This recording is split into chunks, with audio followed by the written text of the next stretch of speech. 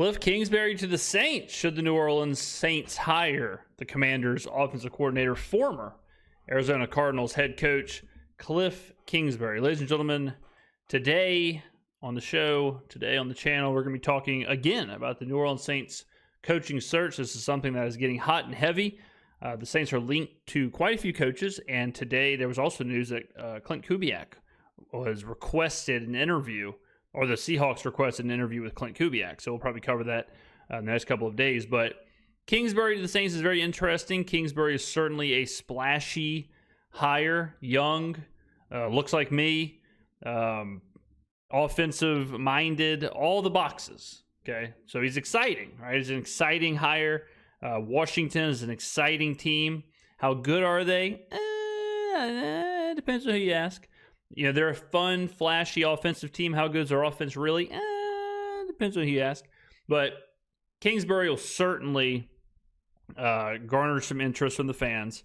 So the backdrop today, Matt Moscona in a very classy little hoodie situation here. It is freezing in New Orleans. So bundle up, kick your feet up by the fire, and let's listen to me, the face of the franchise, react. Coaching carousel in the NFL spinning, and there's national people, there's local people. There's always just a lot going on with these, and they're sometimes tough to follow everything. The Saints head coaching tracker, the full tracker, is up at LouisianaSports.net. So we're keeping a running tracker of every report that's out there. So if you want everything sort of consolidated in one space, go to LouisianaSports.net, Saints coaching tracker, and you'll see it right there. It's everything that's being reported chronologically. There's reports, there's confirmations, and then there's rumors.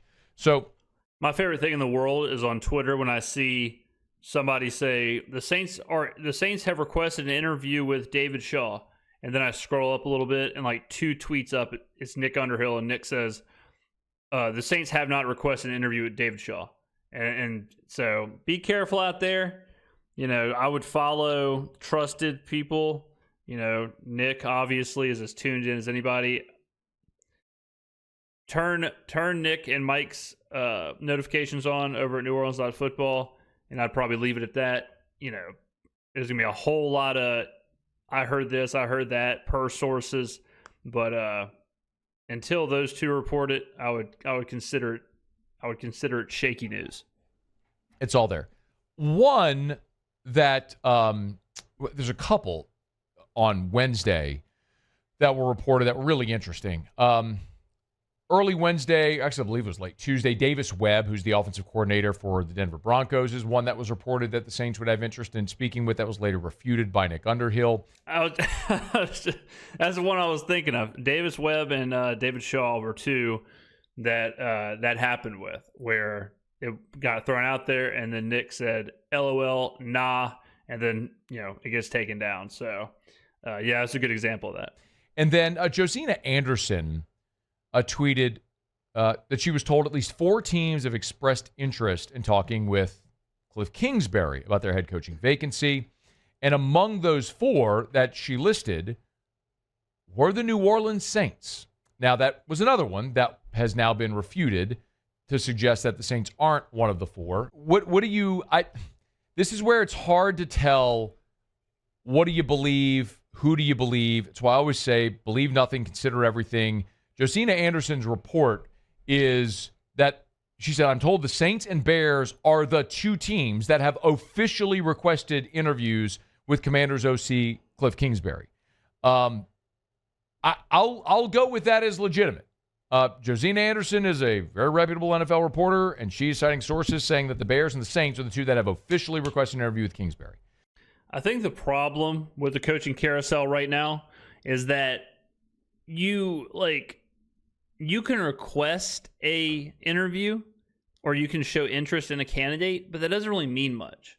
You know, you can say like, yeah, the Saints are requesting an interview with Ben Johnson, but 1, will it be granted? 2, will he actually do it? 3, you know, what comes out of the interview? Then what's the process? So I think because it's so early in the coaching carousel, I think every bit of news is news. Every single coach is somehow simultaneously linked to every single job. So like in Josina Anderson's tweet that Matt showed before the last tweet, It said Kingsbury isn't even sure if he wants to be a head coach. Like, he's not even sure if he wants to do that again. So simultaneously, you've got a team requesting an interview with a guy who is currently in the playoffs and who, from reports, doesn't even know if he wants to be a head coach again in this coaching cycle. Sounds kind of whatever to me. Sounds kind of what's going on here. If we say that the Saints did request the interview, I think that is interesting because that kind of goes against a lot of what previously was thought, right? Like, it kind of goes against this whole Mickey Loomis wants somebody that he knows and, someone from this tree and whatever. Like, Kingsbury's kind of a standalone guy. He kind of, he certainly, obviously is offensive minded. He's younger. He's of that generation. He's of the more innovative kind of forward thinking offenses. Had an interesting time in Arizona. The thing with Kingsbury that I think is interesting is who he has had at quarterback. And it does not match the Saints. Kingsbury in Arizona, his first year was when they drafted Kyler Murray. So he gets Kyler Murray immediately. Then he goes to USC. USC, he's got Caleb Williams. Then he goes to Washington. Washington, he's got Jayden Daniels. And even before that, at Texas Tech, pretty decent quarterbacks. I don't know if you ever heard of them. Google it if you haven't. But that doesn't really match with what the Saints have, right? Like, it doesn't really seem like something Kingsbury would be interested in. It doesn't seem like he'd be interested in Derek Carr, or unless he really believed in Spencer Rattler. But it kind of seems like Kingsbury's a guy who goes after a top quarterback because he knows what he wants to do. And he knows what he wants his offense to look like, and that's it. I also don't think he's in a bad situation. If you're him and you got Washington kind of rolling, again, how good are they actually? We'll see in a couple of days.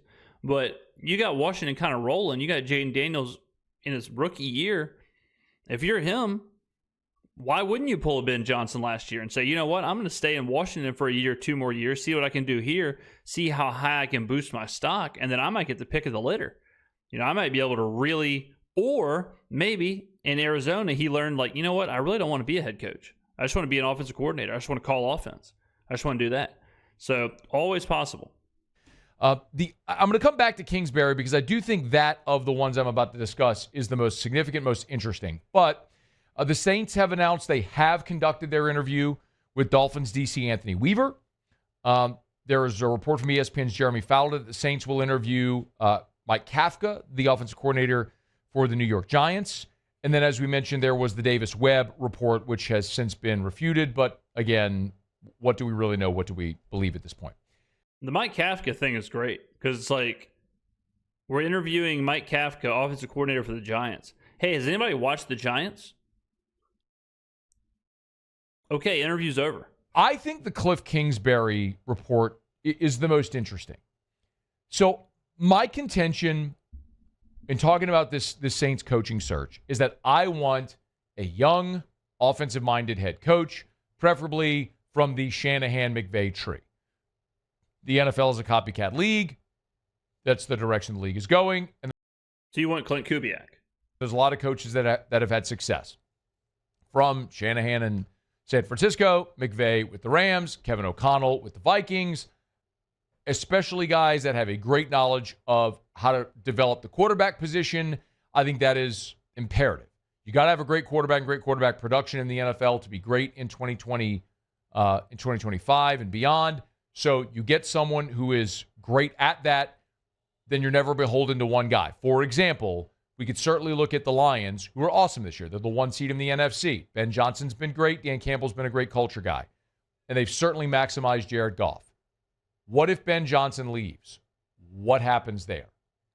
Is it fair to say, look at what Matt Ryan was with Kyle Shanahan when he was an MVP and had the Falcons in the Super Bowl with a 28-3 lead that they blew? And then look what Matt Ryan was like after Shanahan. There are examples of that all over. So I think that's something that'll be an interesting test case if and or when Ben Johnson leaves Detroit.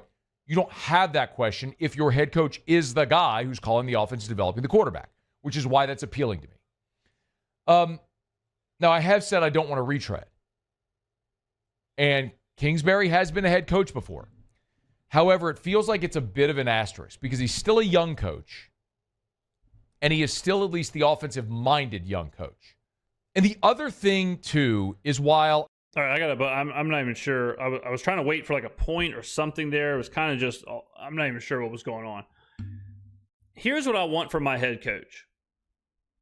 I think this is a bit... And this is going to be controversial yet brave. I think this idea of like... You want your head coach to be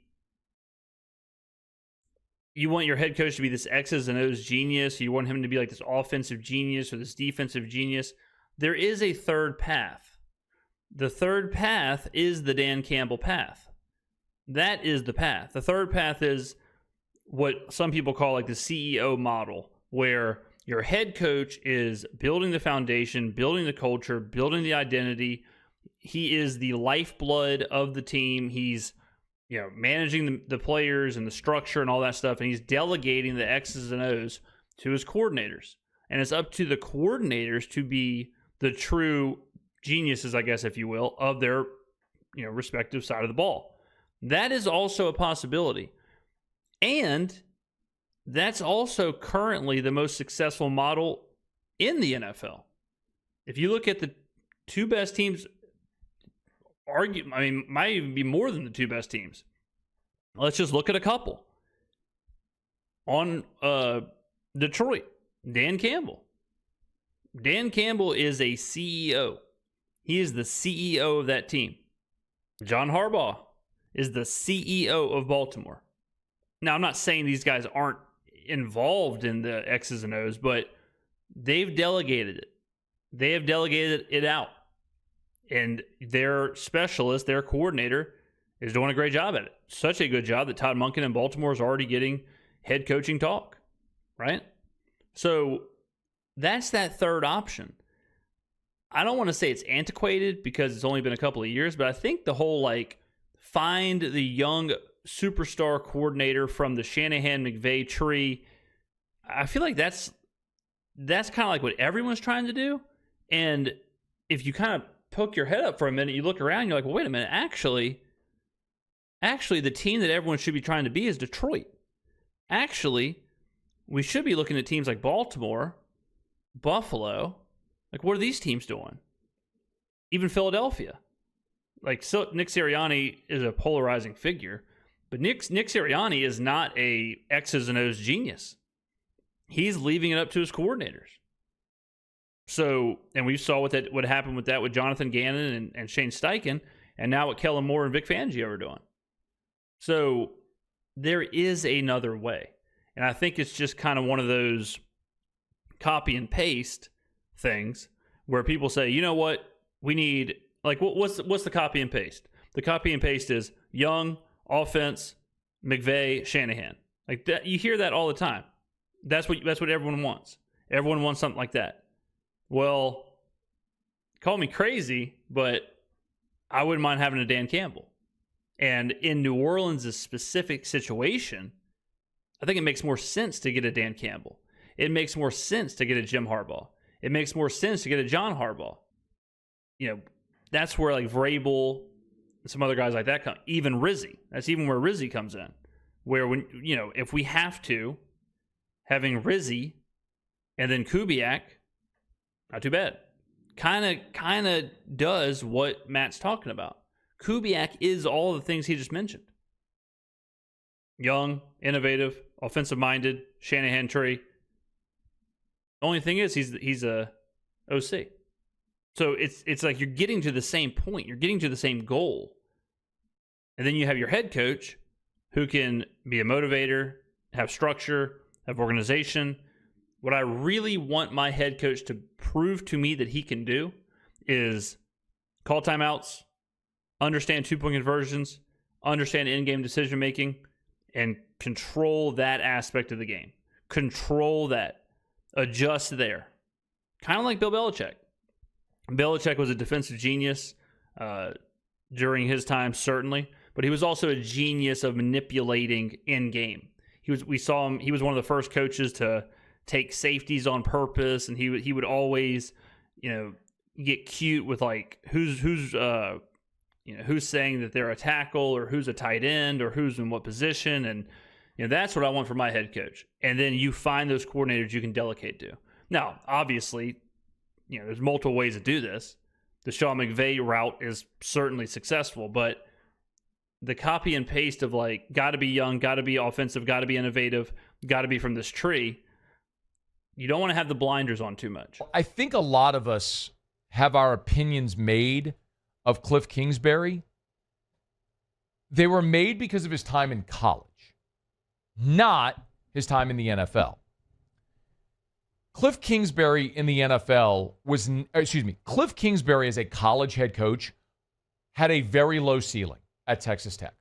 Because in Lubbock, pre-NIL, you were never going to have a roster good enough to compete at the highest level.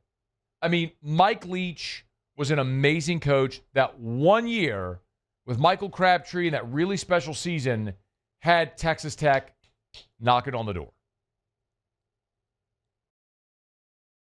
I mean, does Matt know that Patrick Mahomes was the quarterback at Texas Tech when Kliff Kingsbury was the head coach? I mean,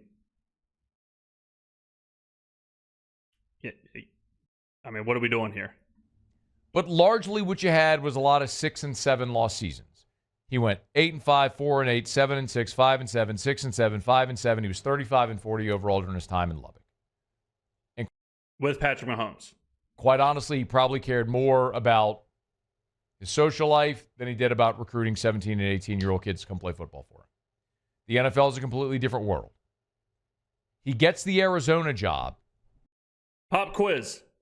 What do you think I keep wanting to say Clint Kubiak because it's the double Ks. What do you think Kliff Kingsbury's record was at Arizona?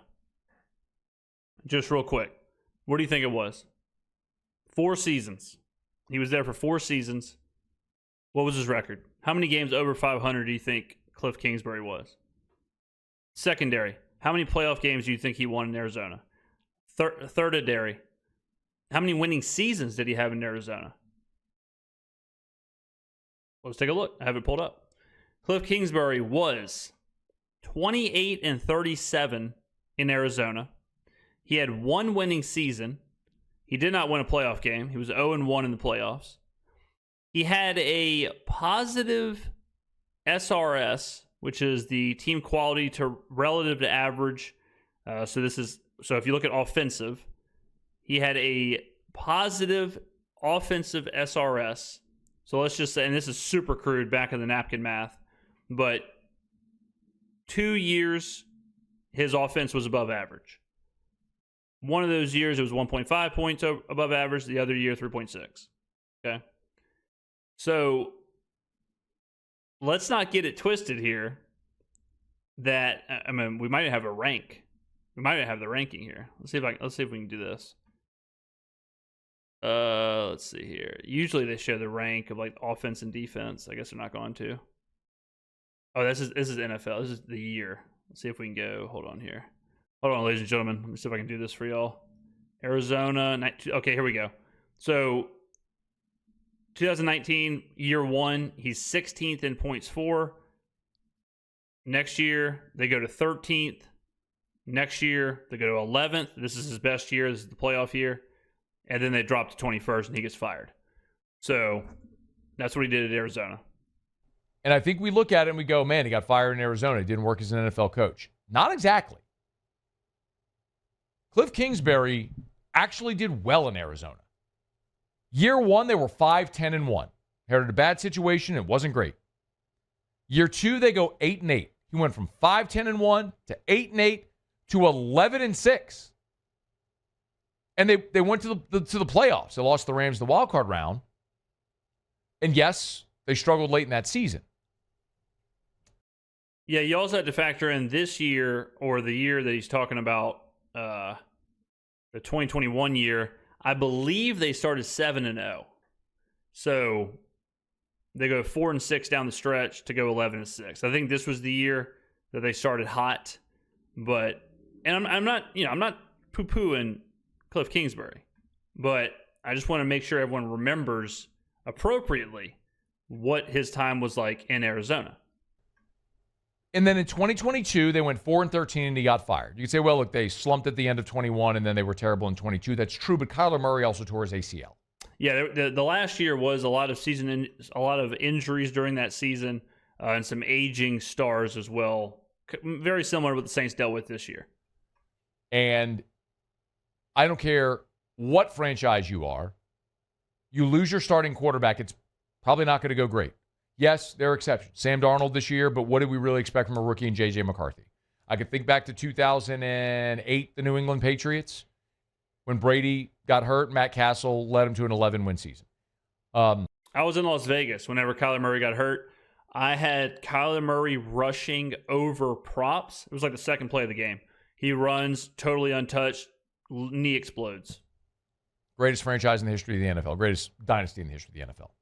My point is, I think Kliff Kingsbury was a pretty good coach. He's a really good offensive coach.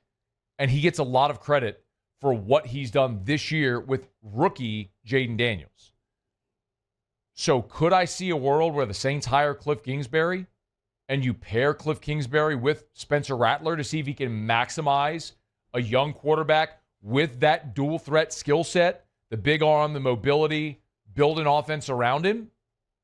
Yeah, I could. And to be very frank, I would like to see what the Saints offense would look like with Spencer Rattler behind a healthy offensive line with your full complement of receivers and Taysom Hill and Alvin Kamara and the whole works. We didn't get a fair judge of what Spencer Rattler could be because he was playing with a preseason roster. I'm not endorsing Kliff Kingsbury as like my top candidate. I'm just saying if they're serious and this is a direction they go, I wouldn't hate it.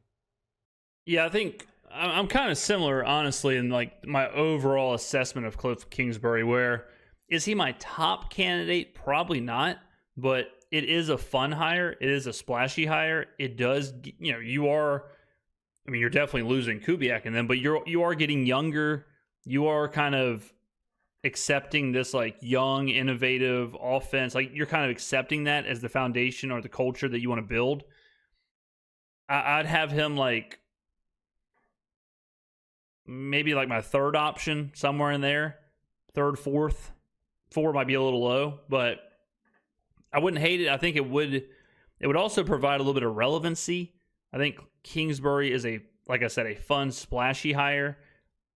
I think it'd be positively, depending on how the Commanders finish the season, but I think it would be positively received by the fan base. I think it would kind of inject some new life, whether it should or not, but I think it would inject some new life for the fan base. I think they would get excited about this. And I think it would, if nothing else, promise a certain sort of football where if you told me we hire Aaron Glenn, like, okay, cool, but I have no idea what that looks like. I have no clue what the New Orleans Saints will look like. If you told me we hire, any other defensive guy like that, like, okay, but I'm not sure what I'm going to see. Even if it's like, oh, Mike McCarthy or Ron Rivera or Doug Peterson, it's like, I'm not sure though what that really means for the team. I know who they are, but I'm not sure what that means. If you tell me we hire Kliff Kingsbury, I know exactly what that's going to look like. I know exactly what the New Orleans Saints are going to be, how they're going to play, how we're going to operate, and for better or for worse. So this is a cool name to be linked to because, again, it means the Saints are at least interested in being relevant, which is important. It means that the Saints are interested in hearing outside voices. It means that the Saints are interested in hearing from the offensive side of the ball along with the defensive side of the ball. It means the Saints are interested in hearing voices and ideas and that are not from the Peyton era or the Loomis era or whatever. This is, even if it goes nowhere, it's refreshing that the team is even willing to look in his general direction. Because he is a good offensive coach in the NFL. He is a good quarterback coach. He's got the record to prove that. Can he be a high-level, playoff caliber culture guy in the NFL? I don't know that. That's the big question. That's the big question.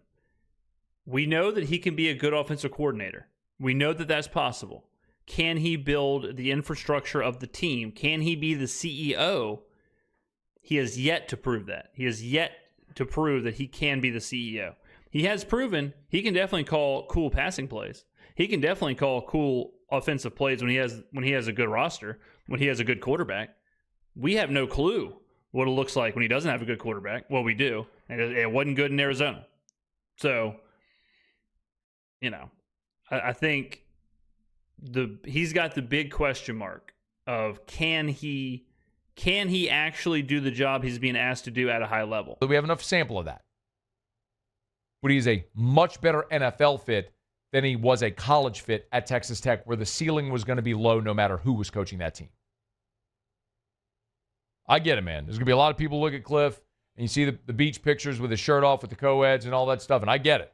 And you can ask legitimately, is that the culture that you want to welcome into your organization as your head coach? And we can legitimately have that conversation. But if we're having a football conversation about offensive football in 2025 in the NFL, you can do much worse than Kliff Kingsbury. Yeah, I think Kingsbury is better than Gruden. Like, he's a good example of a guy who it's like, offensive-minded, whatever. And I would rather have Kingsbury than Gruden because I trust that Kingsbury has a better finger on the pulse of the NFL offenses in 2025 than John Gruden does. And I would rather try that. I would rather go with that versus a older pseudo retread just because he's fiery or I think he can build a culture or whatever. So I'd put Kingsbury under Vrabel. I'd put him basically right in that conversation with the Rizzi Kubiak package. But if Kubiak ends up leaving and we have to find a new offensive coordinator anyways, I would rather have Kingsbury than Rizzi, an unknown offensive coordinator. So it'd be interested to see how it goes. It'd be interested to see if this is something that actually plays out and we actually do get an interview with him. But, Kingsbury has a high ceiling where in a couple of years, if he sticks with Washington and they perform well and Daniels continues to ascend, Kingsbury could be the Ben Johnson in a couple of years. So, and, the jury is still out on Ben Johnson. Like, how good will he end up being, right? So, but just as far as like hype and as far as all that stuff. But yeah, the Saints could absolutely do worse, like Matt said. This is a interesting thing to keep note of. So let me know in the comments below, what do you think? Would you want Kliff Kingsbury or nah? Let me know in the comments below, and I'll see you in the next video.